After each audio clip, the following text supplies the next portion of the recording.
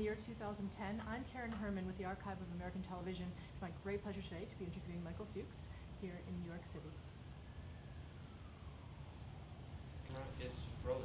Well, thank you so much for being with us today. And I'm going to ask you a little bit about your early years and influences, starting with what was your name at birth? My name at birth was Michael Joseph Fuchs. And when were you born? March 9th, 1946, the first class of the baby boomers. And where? In New York City. And tell me about your parents, their names and what they did. My father was Charles, without a middle name. It was in the real estate business. It was a family business. My mother was a classic housewife. Her name was Sue. And I had a brother and a sister also. And what are their names? Lois and Jerry.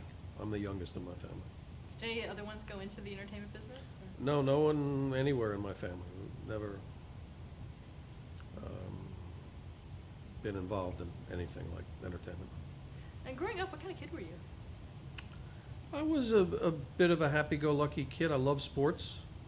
It was a very important thing to me. And, you know, I have two children now, and I see all the things they have, computers, technologies, you know, things that go on. Our life was much simpler, and I think there's some fun to simplicity. So, you know, go outside and play. That was terrific. And sports was remains a tremendous interest of mine, but it's from the time I can remember. I was called Mickey because of Mickey Mantle. My father owned the hotel in the Bronx where the Yankees stayed, and sometimes the football giants. It was a young age I was exposed to the best of sports. I met the players, and I could hear the roar of Yankee Stadium from my apartment. What did you want to be when you grew up, did you know? Well, I wanted to be a professional athlete, and maybe up until the age of 10, 11. I was sheltered enough to think that was possible. But when you began to visit other playgrounds around the city and things like that, you realized that no one was lining up to watch you play. So after that, I thought I'd be a businessman. And I did have a real interest in entertainment. Although I had no role model or path to follow, but it was something that was in there. What kind of things interested you entertainment-wise when you were growing up? Well, you know, I used to see every movie. And even in college, I would try to watch each show that came on just to see what they were about. And people would sometimes ask me, well, you know, why are you watching so much stuff? I'd say, I'm doing my homework. So I did have a strong inclination. Did you watch a lot of television as a kid? We didn't watch as much as they watch today. We didn't have our own channels.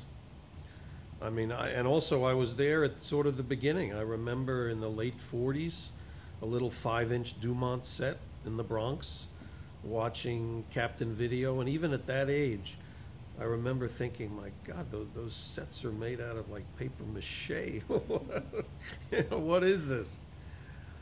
So, but we didn't watch that much. There wasn't as much for us to watch. And you said you were sort of thinking about entertainment. What specifically were you thinking about in terms of getting into it? Well, I liked it, and I thought that maybe I had some ability in there. I was, you know, I always say that ideally entertainment executives should be tested, those that make creative decisions, for literacy and translatability and imagination. That's important. Can you read something and visualize it and see what fits? And I think I had that without knowing what it was called or how it was to be applied. Do you remember when you first got a hint of it and how it manifested itself? Well, I'm not sure this is entertainment, but I used to be the one to do all the roasts, the Goodwill and Testament in the high school yearbook, things like that. So I guess as a child, I was somewhat the entertainer in my family. I remember seeing Billy Crystal's 800 Sundays, and he clearly was the entertainer in the family. Now, I didn't take it as far as Billy did in terms of stand-up comedy, although that's something that I became very familiar with and worked with just about every stand-up in the business. But I liked entertaining people and keeping it going and whatever. And my brother was also very funny, so we had lots of good times in terms of making up stories and things like that. And when I was younger, my brother and sister would pull tricks on me, when I was so young and gullible. And when I think back, sometimes when I do that with my children, people say, "Oh, don't kid them all the time." When I talk about my early years, I talk very often about the tricks that my family played on me, and in turn, what I ended up playing on them. So, that was part of my makeup. Talk a little about your education. Where'd you go to high school? I went to Mount Vernon High School, a great sports power in Westchester. I played varsity basketball for 3 years, and then I went to Union College in Schenectady. And after that, I went. What did you major in? Political science. Politics was also something that interested me quite a bit. Still interests me. It makes me sad these days. So I then went on to law school. I started at Georgetown, and my criminal law professor was Sam Dash, who was the Watergate prosecutor. And he and I got along great. I had great criminal law marks.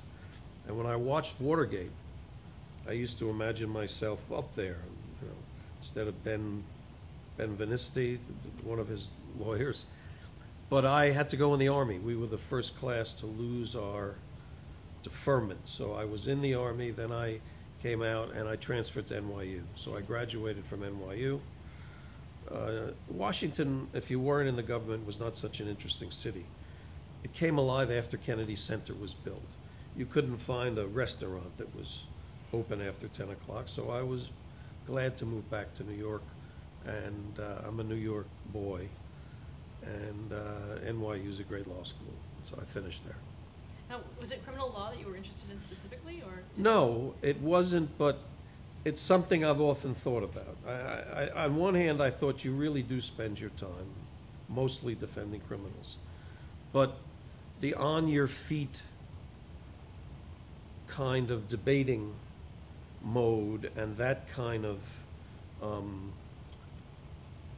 professional occupation is something I probably would have been pretty good at. I've always been very good on my feet verbally. So if I went back to law school or even college, I think I should have spent some time in a debating society, something like that. But, sometimes you don't realize those things until after the fact. And so what were you planning on doing with that law degree? Well, quite honestly, at 21, I had no idea what I wanted to do. And it seemed that I was pretty young and that I didn't really have anything but academic skills. And law school was quite prestigious at that time. A lot of the Kennedy administration people had been lawyers, come from law firms. I think Bobby Kennedy had gone to law school. Teddy had gone to law school. A lot of their people. So it was always told to me, you can do anything with a law degree.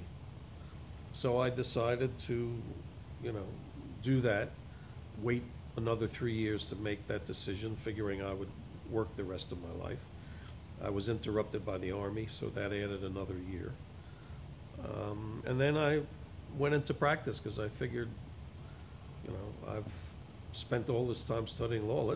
Let's see what it's going to do. And it was back in the 1971, and we were paid $16,000 a year, and that seemed like a good slug of money. And the chain that was established there is that I went from corporate securities into the entertainment department of a big Park Avenue firm. And they came to me and suggested me. So clearly there was something in the air, and that got me closer to getting into the business when I finally got to see it a little more up close.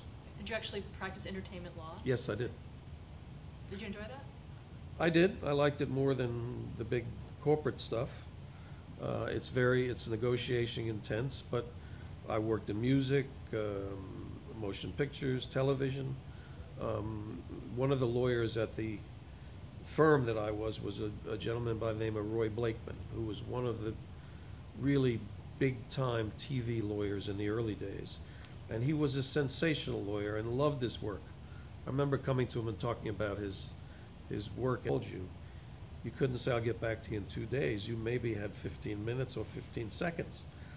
And I realized at that point, and law was not the answer, that I wanted something that would engage me the way he was engaged, and something that I could be very good at. So I was looking with one eye to see if there was something else I could do that was more fitting than law for me. Talk about that. What was that? Well, something in the entertainment business. And I'd been exposed. I had worked at William Morris after 2 law firms. In the legal department? Business affairs. I was there 16 months and 9 days. How come you know that? Why does that? Well, it was always a joke because, you know, if you work, they didn't. Someone made a joke at a roast that William Morris was like Oliver Twist that taught young Jewish boys to steal and cheat. That wasn't quite the case, but if you were not of importance, and a business affairs guy was not of such importance, you weren't treated particularly well. It was survival of the fittest. But my office was opposite the file room. And at that age, information was power. And I took that time to really educate myself about the business. Who was who, kind of deals, et cetera, et cetera. Lots of information came around. I even remember steaming open the Sonny and Cher divorce. Not that I was so interested in their divorce, but it was just more information for me. That was sealed, William Morris. Did you do anything with that information once you had it? But it was like everything at that age. You read the trades like there's some kind of Bible. And when I did get to HBO from William Morris, my knowledge, it was a company made up not of entertainment people. It was a company made up mostly of time inkers, people from Time. And I was in the kingdom of the blind. The one-eyed man is king. So I sometimes the simplest things. I had solutions for when I walked in that door. It was putting on the glass slipper. It was as optimum a situation as one could think of. A company in its formative years, a company that was trying to define itself. All it was a secondary carrier of reception, of movies, of sporting events. It didn't have a personality. It didn't have a character. And it was small. And what I didn't understand at the time is the company was made from my personality. I was an insurgent. I wasn't an establishment person. Did you feel that at William Morris? No, at William Morris, William Morris is different. It's a company filled with individuals. You could be an individual. There wasn't. It's not like a traditional corporation, like a law firm isn't. Everyone sort of, you cooperate, you work together, but it's not like a corporation like Time Inc. was or HBO. But I'm not sure how much I realized it, but at the time, and it allowed for my personality in that company. And I, in some ways, crafted HBO around my personality. It became an edgier place. It became irreverent. It became somewhat political. Political subjects did not trouble us. And we didn't mind controversy. Didn't matter if it was George Carlin's 7 words that couldn't be on broadcast television, or the story of Sakharov, things that most television entities couldn't do or weren't interested in doing, and that was more to my liking. I saw the networks, which were so dominant back then, as homogenized. Let's go back. I really want to take you through it very slowly. How did you come to even work at HBO? How were you hired for that? This is one of the interesting stories in my life. After a certain amount of time at William Morris, I realized I had come in thinking about lots of promises, and then when I got there, I realized you could be there forever. There was, the management was quite old. So I thought I had gotten out of that job. And I did have a feeling at that age, in your 20s, I try to say this to people today, but there's a different expectation, that you were on scholarship. You were there to learn, and you were going to work the rest of your life, and you put in your time, and you learn. So I was looking for a job. I was in the process of making up my resume, and my boss at William Morris was a guy named Neil Pilson. And Neil was head of business affairs, and Neil had a similar experience to me. He came in, was sort of promised to be really a big part of the company, the future of the company, found out that that wasn't the case. And he was looking for a job. So he came back one day and he told me that he had two offers. A job at HBO, which would be sort of the creative job of creating original programming, which we called special programming back then. And he was offered head of business affairs at CBS Sports. And he said to me, the HBO job is too much programming.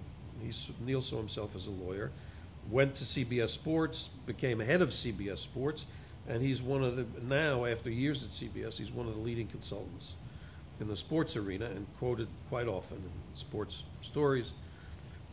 And he said that to me, and I literally turned around. I said, who'd you speak to at HBO? I said, Austin first. I turned around. Neil was on one end of the hall. I was on the other. I walked to my office, and I called up Austin. And I said, I hear you have a talent hunt on. Why don't I save you some time and money? And I didn't know Austin at all, but what I said was right in his wheelhouse, because he was a terrifically aggressive guy. And he wanted to build a Marine Corps of aggressive people. And I said to myself, listen, you've never done any programming, so don't go over there. Take a couple days to think of some ideas so that when you go over, you can talk about programming. And he said, why don't you come over right now? I said, okay. It just came out of my mouth. So on the way over, I'm saying to myself, whoa, what's going on here? Anyway, we hit it off great. It was the greatest of times. He was a brilliant guy. I succeeded him. Had you been familiar with HBO? Did you subscribe to it? How did you? They were starting to do like little comedian shows. They had done a handful of shows, and we had represented some of the people. And the irony was that when I negotiated with HBO, because they weren't so knowledgeable, I negotiated these terrible deals for them, where the artist, the stand-up, owned the tape and everything. And it took me a long time when I was there to deal with the rest, to unwrap those kind of deals, so the rest of the industry didn't get, the same rights that I got. I was now on the other side. But what had been done up to that point was a little bit of a drop in the basket, so it didn't cause any real problems.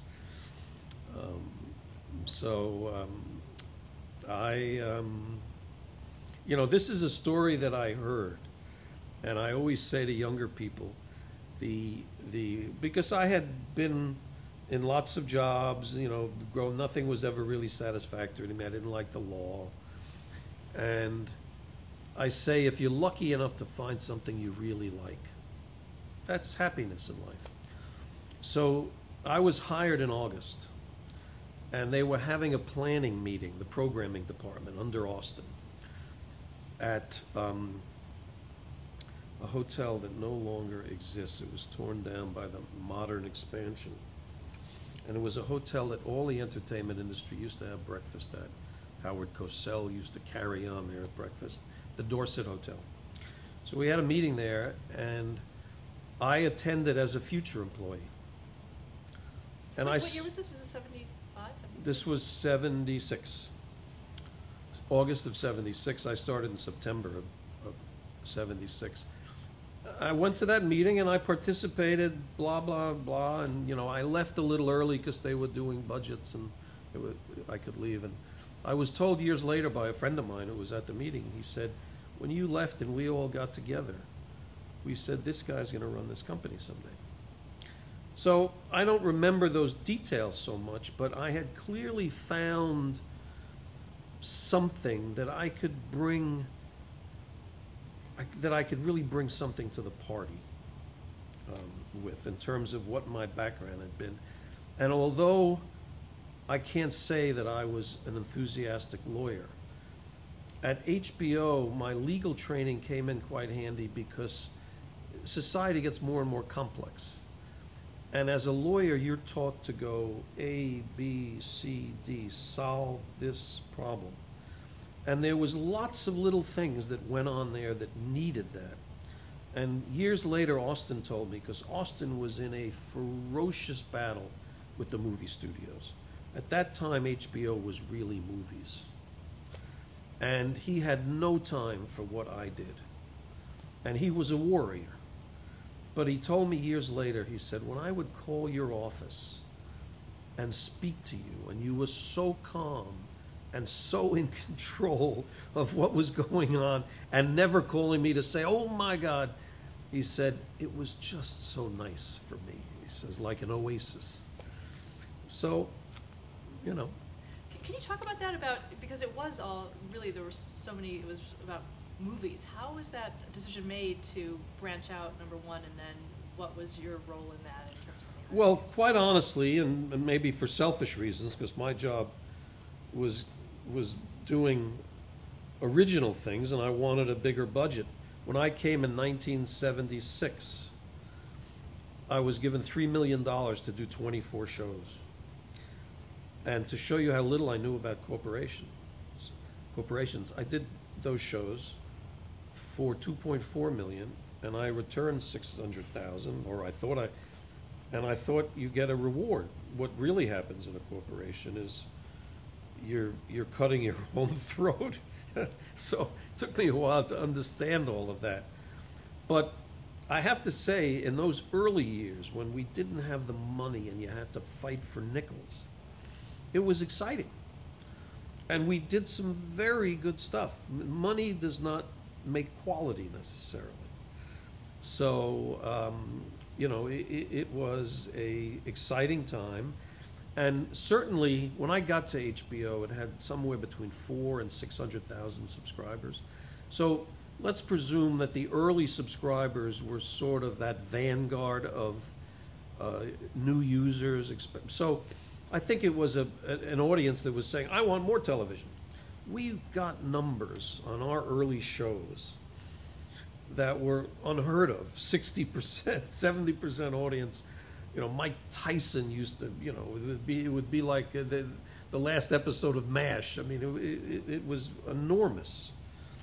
So we got off to a very good start, and I was able to, I knew immediately the concept of why would someone pay for pay television if we were doing what the other guys were doing. And they had so much money. So I didn't go near anything they were doing. Everything we did was different than they did. When they did a performer, it was a variety show. When we did a performer, it was at the Greek theater with the audience and the box office and all of that. And also we had an audience that clearly liked films. And film is a beautiful technology. It looks great. So you couldn't give them, you couldn't be shooting in black and white. We were very, we did beautiful production work, way beyond what the networks did. I'm not even sure the consumer noticed, but when we did a concert, it was gorgeous. We used more lighting than anyone in town. So we had right from the beginning, I had a sensitivity that we had to be different. And we had to be excellent. How much autonomy did you have in those first 24 shows? What kind of things did you do? I had literally complete autonomy. I stayed within my budget. I showed, the first show I ever did was a Steve Martin stand-up, which became a cult classic. It went all over the country. DJs were going, you know, Steve used to say, "Excuse me," you know, that it was happening all, and we were trying to get cable all over the, HBO all over the country, and cable. We didn't just build HBO, we built the cable industry. So I mean, to say I hit the ground running, my feet didn't touch the ground. And it was, you know, I remember saying to people, I put a ping pong table in the programming area because so many of us came in on the weekends. You know, I said, who didn't want to work on the weekends? My God, this is the greatest. Who cares? And, you know, Steve Martin played the banjo in the show, and he had a song that was, "We get paid for doing this." It was like a joke. And that was our theme song. That's what we used to say to each other. We get paid for doing this. This is the greatest erector set in the history of the planet. You know.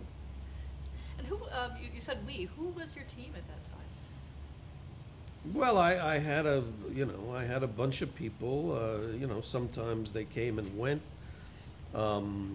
You know, in the programming area, there were financial people and scheduling people and all of that, but it was a very small department. There was a woman there by the name of Sue Solomon. In the very beginning, there was a guy named Michael Brandman, who's still in the television business. Then I hired Iris Dugas. Then she went to the West Coast, and then Bridget Potter came in, and Bob Cooper. I mean, you know, just we grew a department. In the beginning, I also didn't understand a corporation, so I thought I should do all the work. Why hire people? It costs the company money. Then they explained to me, you have to manage, you have to build an organization.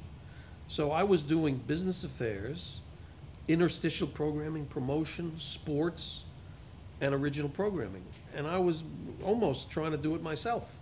But then I hired a business affairs person. I mean, I slowly got the ethos or the modus operandi of a corporation, what it is, and when they talk about good managing, you know, and I bought into that very quickly, and by the time I left there, after 20 years, the thing that was as stimulating to me as the programming was the organization, managing the organization, moving people around, and as a CEO, being able to, in a sense, fly over the organization and see where heat is escaping, where it's not efficient. And we did an annual reorganization. We moved people around. You know, I was single. I had no children at the time, and this was my family. And the people there sensed it. And I said, they spend more time in this job than they do anything else but sleeping. And I'm going to take care of them if they are the best and the brightest. And I established that very early on. I established it in my relationships with Time Inc. in terms of what people should get paid, et cetera, et cetera. And I was a ferocious advocate for who we were. You know, people tell the story that Time Inc. banished the sleaze down to 42nd Street, the television entertainment people playing dirty movies. Well, I didn't care about that, but I knew that we were important and that we were, whereas Time felt that they were the best publishing company, I wanted people to realize we were going to be the best television company, and that in lots of ways that would become more important than the print publishing of the company. Did you feel marginalized by Time, or? Not really. I was, you know, I couldn't be marginalized. You know, but I knew that there was, I knew that there were board members that left because they just felt that this was not what they, you know, Arthur Temple, who I like and had a relationship with after, one of the Watsons from IBM. I mean, they just said, listen, we're older people. We don't understand some of this. This is not the company that we signed on with originally, and fine, you know, no hurt feelings, but there was an issue in the beginning. What about when the money started coming in? Because it really did. Well, you know, HBO grew and cable then grew. They made a big acquisition, so that video group became a very important part of Time Warner, and it's sort of interesting now because not cable got spun off, but Time Warner is now a content company and not a publishing company. You know, publishing is probably the least important division in terms of revenue and stuff. I'm not saying I like that aspect of Time. And we'd go to a board meeting and a reporter would come and speak to us from Time Magazine. I loved that mix. And that was why it was such a unique company at that time, and why I felt very comfortable there. Talking about the business aspects of it, can you explain how HBO made money? What was the model? Well, it's a very simple model, and that is subscriber fees. It got a little more complicated with ancillary rights, DVD, home video revenues and stuff, which amounted to a lot of money at some point. But it was basically subscriber fees. Let's go back to the early days. Let's say that it cost the consumer $10 to subscribe for HBO.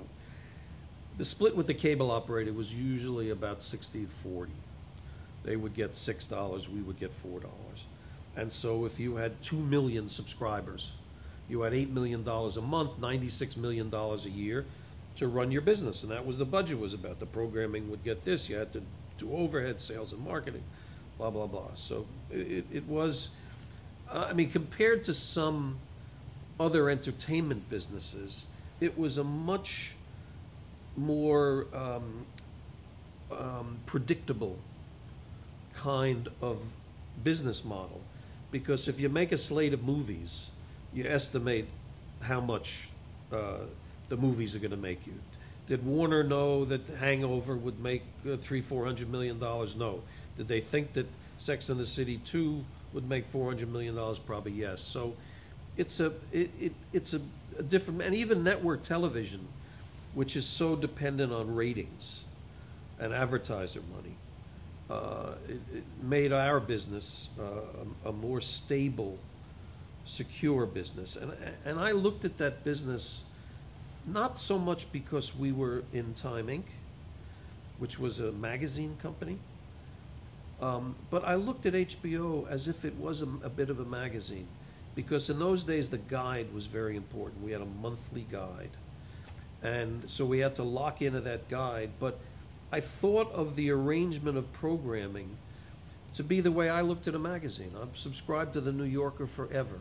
If I read one article, it's fine. One great article. If Pauline Kael had written a great column, that was fine. If the cartoons were great, I didn't have to read everything. So I try to make HBO a network that had something for everyone, but something interesting. We even did kids programming. I did an enormous deal with Jim Henson for Fraggle Rock, which turned out to be a Hall of Fame kind of kids programming. And we did boxing for men.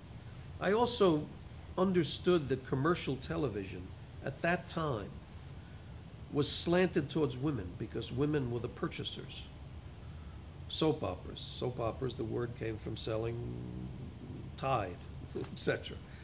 So I've figured out through research in my own mind that I think the male in the household, the man in the household, decided whether to have HBO or not. The mother could decide it was too rocky for the kids, so you had to get over that a little bit. But I thought the male paying decision was important, and so I made sure that there was things for men. And I would say if commercial television had a female slant, HBO had a male slant. Now that didn't prevent Sex and the City or a bunch, because as we began to do more and more things, etc., we covered, you know, we were once a very unique demo, the early users, but then as it got bigger and bigger, it's like a network audience. You know, it's like a full network audience. You know, the difference is probably very small. And once you started original programming, how did the networks take to that? Did you start to get some backlash? No, they didn't. We were so small, they didn't pay attention. We couldn't get into TV Guide. We couldn't get into the newspaper pages. But we came on, and while I was there, we beat them in the Emmys.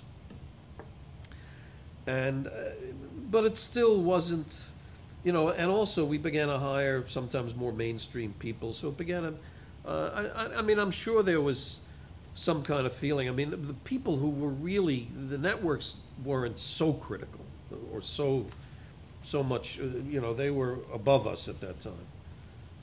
The movie studios were angry that we had built a business off their movies, and they wanted to come back into that business. So there was lots of animosity between the movie companies and HBO. How did that play out? It was a nasty time. First of all, the HBO deals were getting bigger and bigger. They were big licensing deals. And Austin was a tough customer. He played very tough with them. And I inherited that. That came with the seat. And, you know, that's where the controversy, I remember this was a very typical exchange, but Paramount and Universal were particularly enraged. And Diller was running Paramount at the time, and I remember him saying, "We don't want one network to decide what everyone in America watches," which of course was never going to happen. It was ridiculous. And instead of my ignoring that comment, I said, well, that's never going to happen, but if it had to only be one network, why shouldn't it be me? You know, so that was never appreciated. And there was a time when I came to Hollywood, or came to California to do business, which I did a lot of. I felt like I was Castro coming to New York during the UN sessions. I should have found a little hotel like the Teresa to stay in, but I would have trade reporters waiting at the Beverly Hills Hotel for me as if I'm issuing a statement. Yes, we've decided to bomb North Korea.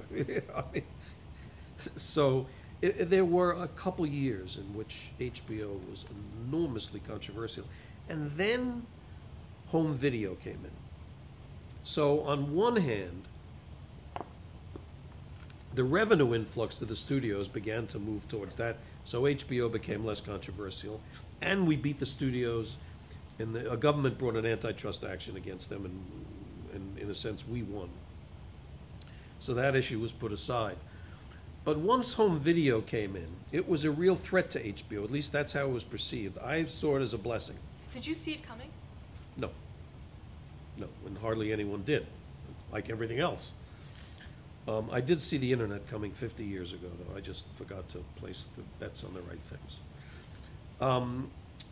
But I saw it as an opportunity for me, because this was what I had said internally. You asked me earlier why HBO went to original programming, and I made the argument from the beginning. I don't know what's coming. The guys that make these movies are hostile to us. We can't be reliant on a business that only plays a secondary role in somebody else's programming. I'm not secure doing that. So when home video really arrived, within HBO, the argument, how much do you spend on original programming, et cetera, there were arguments in the company that sales and marketing was enough. We were so near and dear to the cable operator, and I knew that wasn't the case. And I knew that was part of the rivalry. But the company realized once home video came in that we had to distinguish ourselves. There had to be more perceived value. In our early days, for instance, it must have been August of '77, Jaws came out on HBO. That was a mega event. It probably got a 90 share. I mean, it was enormous. Now, there's no such thing anymore. Absolute. By the time you get your movies on HBO, I'll watch a movie. You missed a movie, but you know, between renting and you know, on demand and everything, you can almost say the movies are interesting filler. And I made that argument very persuasively even before that. So it redounded to the current situation, and we turned up the flame. And one of the things that home video did, in a strange way, it stabilized our business. There was a lot of churn in those days, disconnects. But what happened in the household was the cable guy would come in, and he would connect your VCR, your cable box, everything together. And most people don't know how to do that. Once that got connected, they said, okay, let's leave it that way. I don't want to change anything. I'm not going to disconnect this because maybe that won't. So it really, and in a sense, the family made more of a commitment. The household made more of a commitment to entertainment at home. And, people still had to go somewhere to get a cassette and, so it changed the dynamics of who HBO was and what it had to do to assure its place in the consumer's pocketbook and heart. And it also it took some pressure off us from the movie companies. They couldn't complain anymore. They had another place in which to make more money.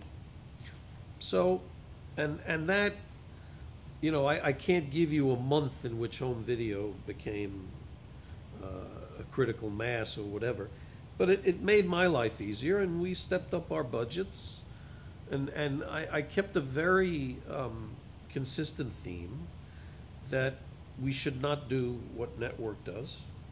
If we did documentaries, we weren't doing white papers, which is what they used to do on network television. The first thing we did was consumer reports. And I knew that network couldn't do consumer reports because of all of the sponsorship on networks. We did a consumer reports once about hair dyes. And one of the drug companies, they bought Squibb. They're in New York. Bristol Myers? Bristol Myers was run by two brothers. Anyway, they came to Andrew High School. I was chairman of Time and CEO of Time Inc. at the time, to complain. And he said, this is another thing I loved about Time. He said, listen, it's church and state. It's editorial and it's business. I'm not going to HBO and tell them, if this is the wrong information. Consumer Reports is a credible organization. So I very rarely did our programming, which went further in terms of, during a Republican administration, we did the Exxon Valdez. When the cable industry was trying to get a bill through Congress, we were quite bold, and I was very protective. Whenever there was a conversation or a fight, I was there. When we did the 7 words from George Carlin, there had been a Supreme Court decision calling it obscene, but that was on the radio at noontime. So I made the distinction. This is a subscription service, and we did it, and it sent a message to the industry that these guys are real. They're not afraid, and artists don't like to be censored. They don't like to be edited. They like to do who they are. Was that the first time that those words were heard on? I mean, George had done it on radio. He'd done it on his albums and things, and certainly done it in nightclubs. But it was the first time. Trust me, it wasn't on the Ed Sullivan Show.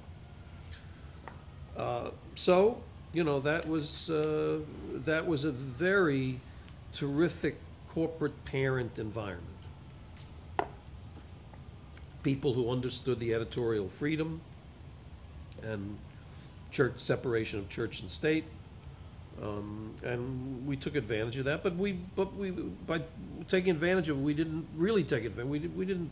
I knew what lines to cross and what not to cross. Looking back, there were hardly any fights or anything that really amounted to. But, I ascribe a collective intelligence to the electorate sometimes, to our audience, that they understood that we were experimenting, that we were going places where they hadn't been taken before. And I think they appreciated that. And I wasn't a big research person because I don't think people can translate concepts. And also you say to them, do you like documentaries? Oh, yes, we love documentaries. Then you put them on, they get a 2. So I wasn't a big believer in that. I was a believer in understanding my audience, knowing what the competition did, and carving out niches for us. But when we did research with our audiences, I was anxious to find out what they thought about our politics. Are we too political? Are we too this? Are we too... Just to stay in touch with the audience. Now, we had...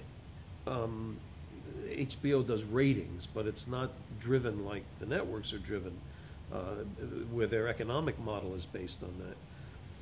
So we had to be careful about not being indulgent. Putting stuff on that was so too hip for the room.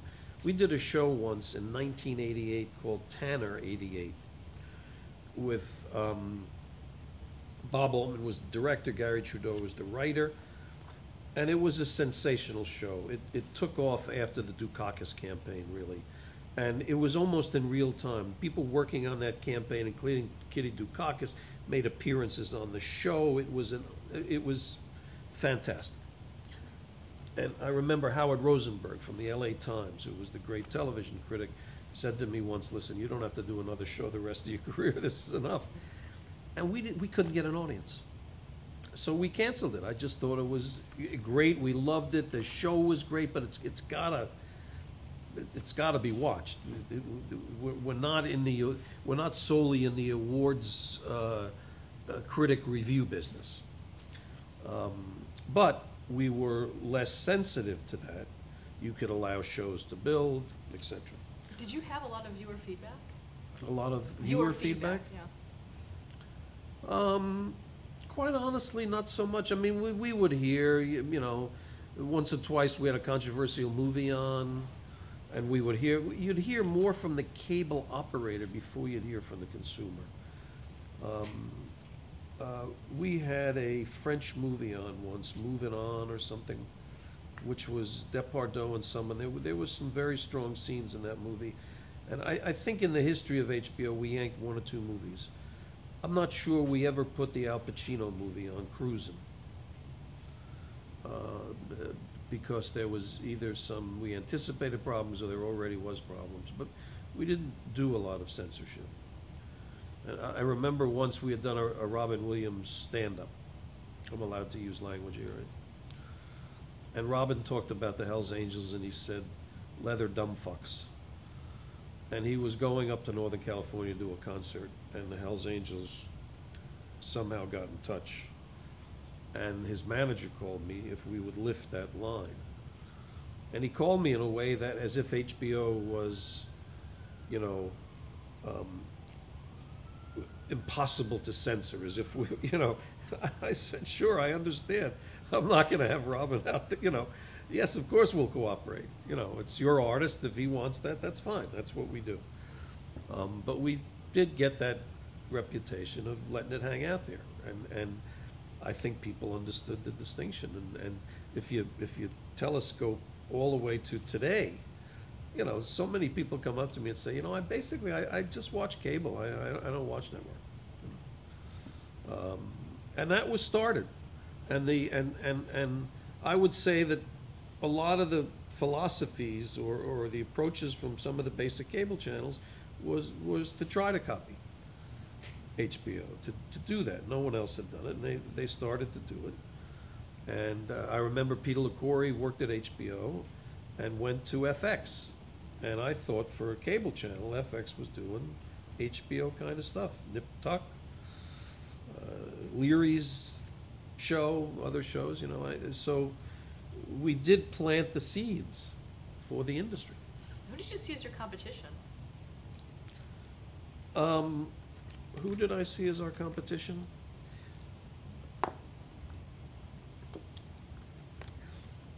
I mean, anything that comes through the television, on a technical basis, that was competition. But we were so different than the networks that I didn't, Sunday night, if I can remember, Sunday night's the biggest viewing night, I believe. And the networks used to load up. So we loaded up on Saturday night, which is not a big viewing night. We debuted our movies, the big movies, on Saturday nights. Sort of like you could stay home and and there was nothing else. So we counter-programmed the networks a little bit. But then HBO moved to Sunday nights, threw their big stuff up against the network big stuff. And when The Sopranos were on, for instance, which was after I left, sometimes it dented the network. So, you know, I guess I thought of competition more creatively. Who was competing with us? And for most of my years there, within cable, there wasn't much competition. There was Showtime, but you know, we had a big lead over, a tremendous lead over Showtime. We had more money, we had more revenue, and quite honestly, we invented the game. So. And then how did Cinemax come about? That spun off from you guys. Cinemax was my was the most important thing internally for me, for my career. I think that the management at time and at the video group, Nick Nicholas, Levin, understood that I was good at what I did, but what they weren't sure of was whether I should just be a programmer or whether I could run the company. And they gave me an assignment, and they gave me the task force for Cinemax. And I had to pull people from all around the company. And what happened was the guys that came in with me, in sales and marketing and other places, didn't want to cooperate. So I went one layer below them and took the best people. And we had a great task force, and we made Cinemax, and it was a big success. And the guys, after I became head of the company, those guys who were the layer below became the next management at HBO. What was the niche for Cinemax? Well, in some ways, it was a fighting brand. We didn't anticipate doing original programming for it. The cable operators began to do, you know, tiering. They wouldn't go. We used to think a cable operator would take one pay service. He would take HBO or Showtime. They began to take two. And then exclusive deals began to come in with the movie studios, where we would have 4 studios, they'd have 2 studios. So there became a distinction between the channels. So there became room for more than one pay service. And obviously, Showtime would come in at a discount to HBO.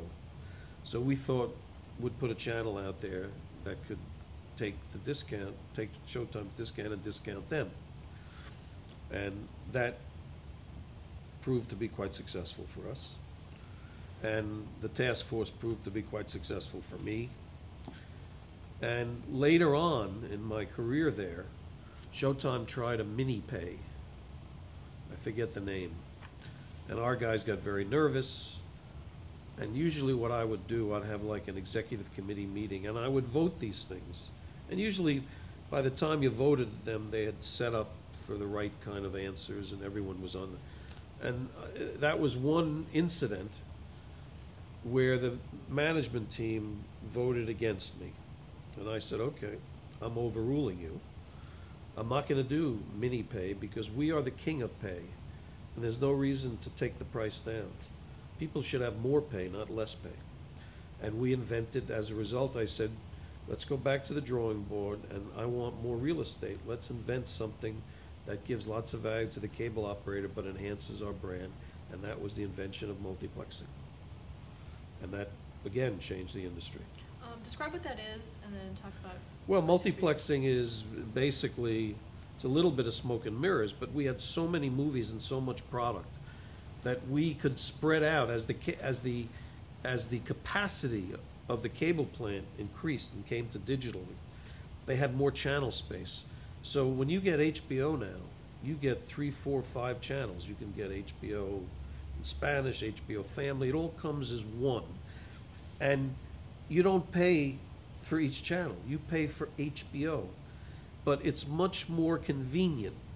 And each channel may have another little flavor and scheduling diversity. Now, you could argue now with DVRs and et cetera, you could do all of that yourself. But most people don't do that. So without paying more for HBO, you're looking at 5 channels of HBO, 4 channels of Cinemax. You know, it looks enormous, and it was very successful. Did the cable operators have any, did they make more money off of that, or is there any difference in Well, cost? I think what it did, it stuck better. You know, churn was a bad drain on the cable operator. Back in those days, they probably had to send a truck out or something. To change, to either Yeah. turn it on or turn it off? Change out a box, you know. So that in itself was important enough. Whether we got more subscribers because of that, I'm not sure. You know, we began to basically have full coverage in cable, and then the satellite came, and that also juiced up HBO's circulation because that was very important for the satellite business. And the satellite had immediately big capacity, so if you scroll through direct, you see 5 or 6 HBO channels, lots of Cinemax channels, lots of Showtime channels, but we had more catalog, we had more titles, so we could really put those channels together in an attractive way. Talking about satellites, going all the way back to the beginning of HBO, there were some issues with satellites, consumer satellites early on. Can you talk a little bit about that and the scrambling issues that you had? Yes. The early days in HBO, it was sent by microwave or by bicycle, and it was a Northeast kind of thing. And then in '75, HBO went up on the satellite and helped finance cable operators for satellite dishes, and that was an enormous step forward, just before I got there. Well, that was Manila was around that time, right? That was the first. The Thriller from Manila. Yeah. The Ali Fraser fight. And it really opened up, people were sending things by satellite, like news services, etc. It was there, but we were the first people to satellite broadcast, so it changed everything. You know, at that time, it allowed us to grow because the method of transmission that was being used at that time would not have allowed us to be a real national service. So and the whole industry followed suit, obviously. Scrambling became an issue, I guess, in the '80s because people began to get those dishes. And, you know, it was, I would like to think, it was my first introduction to Al Gore. And Al was a senator from a rural state. And I thought that his stance, there was a hearing in front of the Commerce Committee, and he was behind the people with the satellite dishes. And I thought it was a bit of a fake issue. I thought he was pandering to that electorate because you couldn't be licensing things from studios paying and then having your service go out free. To think that it was some kind of,